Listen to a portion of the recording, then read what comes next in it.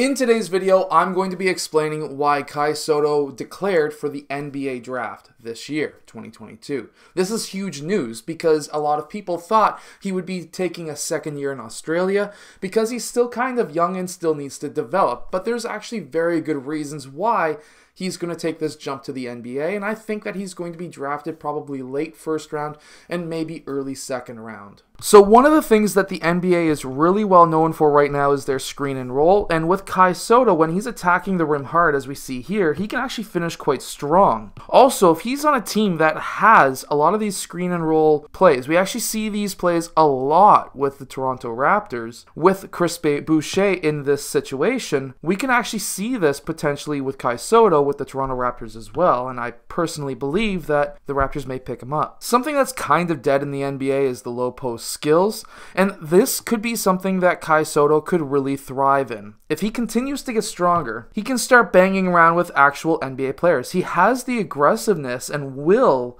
to actually bang around in the low post and make those shots. And then with teams that are running more and more 5-outs, for example, we see this with a lot of the Miami Heat offenses, and even with teams like OKC, we can see that they run a lot of these 5-out offenses. Even myself as a coach, I run a 5-out offense. And with Kai Sotto's passing ability, he can have and be able to hit these players cutting back door so that they make these dunks. Golden State Warriors also run plays like this too. He doesn't even have to be the focal point of an offense. He can be a secondary player coming off of off-ball screens or back screens for him to be able to get open for dunks.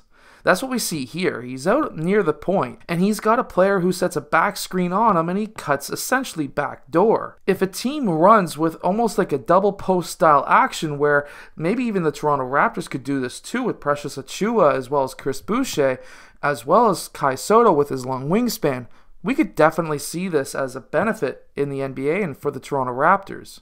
And teams that run 4-out or even 5-out offenses where we can do similar to an SNR style screen, where now coming off of that screen he can roll or even pop for a 3 because guess what? He's a 7'3" center who can bang threes. And with Toronto and many other teams, there hasn't been all that many real centers who have been able to bang around like a Marc Gasol in the low post. Remember, Toronto used to have a Marc Gasol. And remember, Marc Gasol could bang these threes as well, and I think Kai Sotto, being a 19-year-old, could actually raise his shooting percentage from 3 drastically. He's also able to finish with contact, but believe me, the contact at the NBA level is going to be 100 times harder than that. And Kai Sotto also has defensive timing to get these blocks too.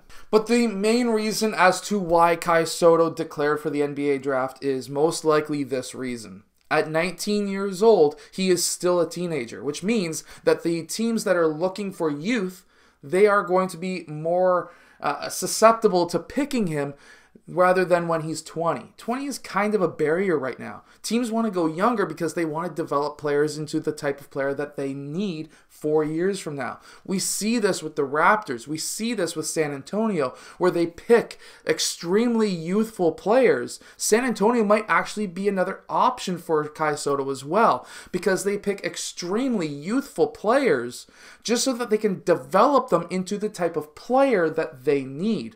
Kai Sotto is a 7'3" center who can move on the floor, who can finish around the rim, who has great footwork, who can shoot a 3.